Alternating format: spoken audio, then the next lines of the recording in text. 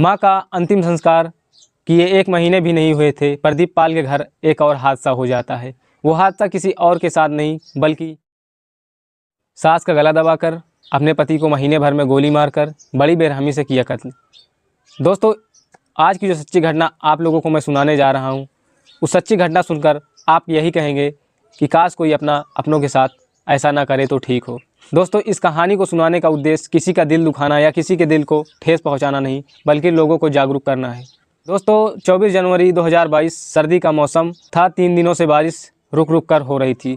प्रदीप पाल गौशाला से अपने घर सुबह सुबह वापस आता है और घर पर देखता है तो घर पर मातम छाया रहता है। प्रदीप पाल की पत्नी सिर झुकाए सिसक सिसक कर रो रही थी और प्रदीप पाल के पिता बेड पर बेजुबान से पड़े थे और दूसरी बेड पर देखता है तो प्रदीप पाल की मां मृत्यु पड़ी होती है। प्रदीप पाल अपनी पत्नी सीमा से पूछता है, क्या हुआ, कैसे हुआ ये सब। प्रदीप पाल की पत्नी कहती है, लगता है रात में माँ जी को दिल का दौरा पड़ा है, इसलिए माँ जी कुछ बोल नहीं रही हैं। अब आस-पास के पड़ोसी भी होते हैं वहाँ पर और वो भी कहते हैं कि सीमा ठीक ही कह रही है, क्योंकि अक्सर सर्दी के मौसम में बूढ़े बुजुर्गों को ज़्यादा ठंड पड़ने के कारण दिल का दौरा पड़ता है और हार्ट अटैक आने से उनकी मृत्यु हो जाती है।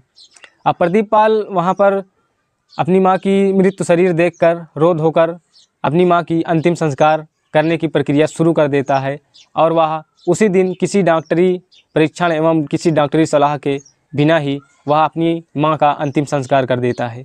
माँ का अंतिम संस्कार किए 1 महीने भी नहीं हुए थे, प्रदीप पाल के घर एक और हादसा हो जाता है। वो हादसा किसी और के साथ नहीं बल्कि सीमा के पति प्रदीप पाल के साथ होता है।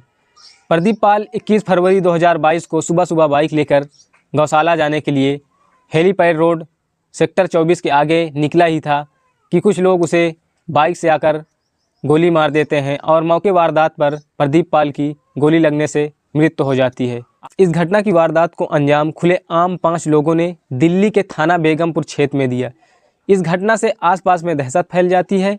पुलिस सूचना पाते ही मौके पर पहुंचकर शव को कब्जे में लेकर आसपास का निरीक्षण करती है और लाश की जेब से मिले आई कार्ड और अन्य दस्तावेज के आधार पर पुलिस प्रदीप पाल के घर पहुंचती है और घटना की जानकारी सुनाती है तो घर पर रोना धोना मच जाता है।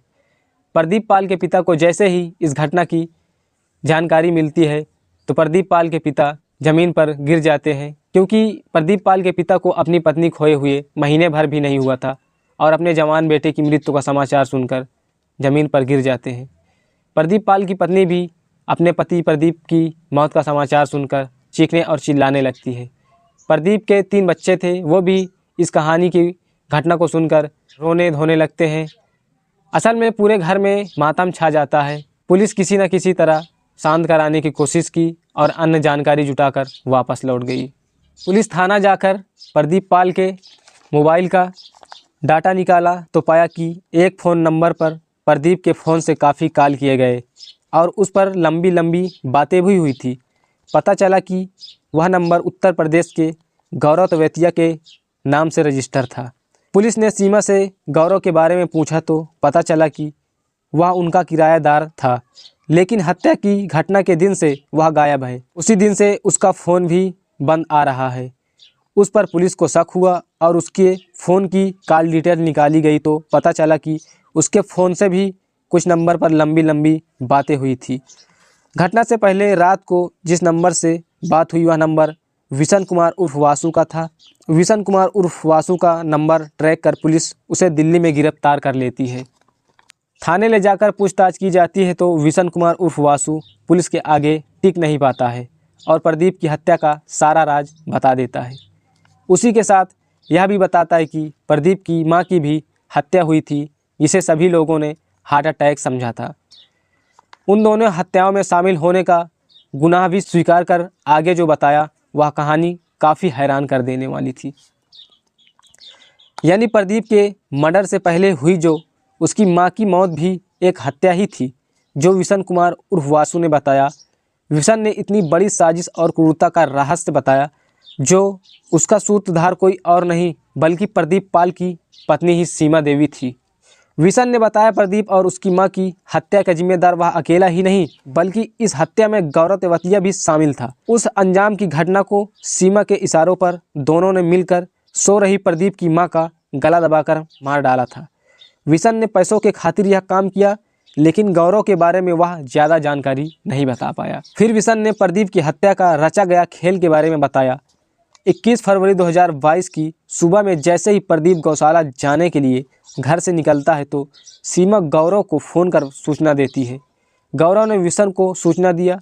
खबर पाते ही 2 मोटरसाइकिल पर विशन कुमार, परमिंदर उर्फ पम्मी, रिंकू पवार, सौरभ चौधरी और प्रशांत पहुंचकर सभी ने उस पर फायरिंग की और गोली लगने के बाद प्रदीप ज़मीन पर गिर जाता है और उसकी मौके वारदात पर मौत हो जाती है।